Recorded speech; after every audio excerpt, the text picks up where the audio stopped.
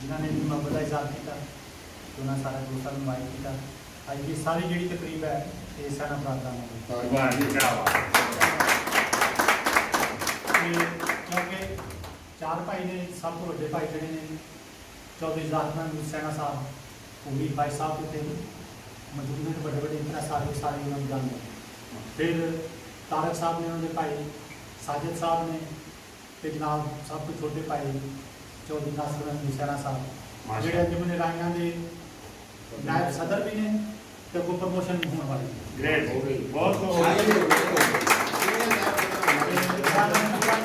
सारे दोस्तों का बोगा साहब का सईद भाई का नईम भट्टी साहब का मलक इमरान साहब जनाब संजय राजू साहब रिजवान काजी साहब सैयद बादशाह साढ़े मैर लिया साहब मरूफ साहब ते बाकी उसामा तारक ते स्नैन खालिद साहब ने ते साडा छोटा प्रधान रोहान सोटा साहब हो गया तारक हो गया छुरी टेबल जो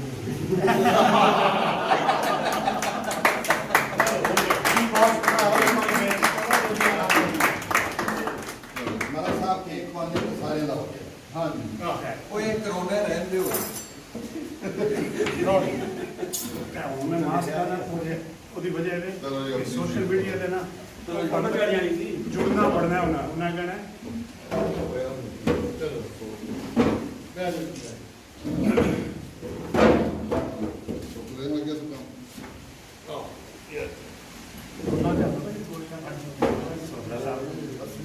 केक ਤੇ ਖਵਾਓ ਨਾ ਕਰਮਾਂਗੇ केक ਤੇ ਖਵਾ ਕੇ ਆਓ ਤੋਂ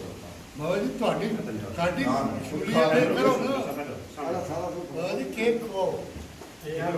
ਬਾਹਰ ਚਮਨ ਵਡੇਰੀ ਖਵਾਵੇ ਜ਼ੂਮ ਕਰਕੇ ਥੋੜਾ ਉਹ ਕਹਿੰਦਾ ਨਾ ਤੁਸੀਂ ਇੱਥੇ ਰੋਕ ਇਹ ਤੁਹਾਡਾ ਕਿਉਂ ਇੱਕ ਤੋਂ ਰੋਕੋ ਨਾ ਕਦੀ ਅੰਦਰ ਕਦੀ ਬਾਹਰ इधर रखे इधर घर से हम एक वीडियो नहीं बन रही नहीं तो प्रसाद देव कर रहा ਤੁਹਾਡਾ ਦਿਲ ਹੈ ਇੱਕ ਵੀਡੀਓ ਬਣੇ एक मिनट मलक साहब ये वापस कर दो एक मिनट मुंह के पास रखिए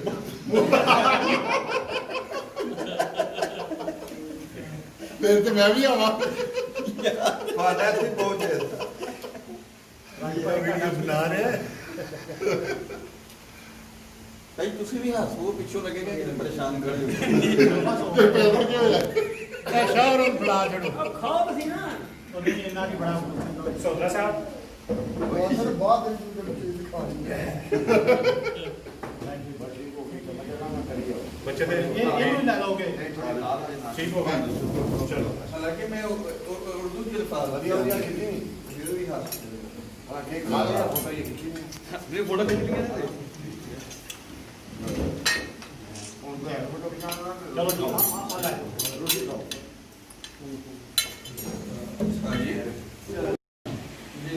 अस्सलाम वालेकुम ताले सारे सारे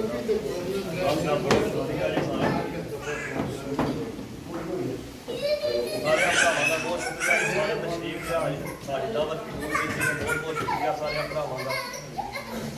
सब तो मैं सोहतरा साहब का शुक्रिया मलक साहब का और जिन्हें भरा सारे का बहुत शुक्रिया सारे का शुक्र अदा करने साढ़े ताया बूआ इतने आया 20-25 साल पहले उन्होंने मेहनत है असं भी इतने पहुँच आए इंशाअल्लाह साढ़े को जिन्नी मदद हुई जिन्ना भी साढ़े को इंशाअल्लाह करा मेरे चाचू होता जी नासर राय मोबाइल नायब सदर चाची तारक सामा सारे मेहनत असं आते हैं तो इंशाअल्लाह अगू भी असं जिन्ना भी अपना तावन करा सारे तावन सब का बहुत शुक्रिया सारे दोस्तों को जरा ना जाहिर है जितने भी वीडियो चलनी है मेरी तरफों मतलब है जरा ना एक ऐलान करना वा मैं हथ नहीं हथना जो फिर भी कि भाई ਜਿਹੜੀ ਇਤਫਾਕ ਦੇ ਵਿੱਚ ਬਰਕਤ ਹੈ ਉਹ ਕਿਸੇ ਚੀਜ਼ ਦੇ ਵਿੱਚ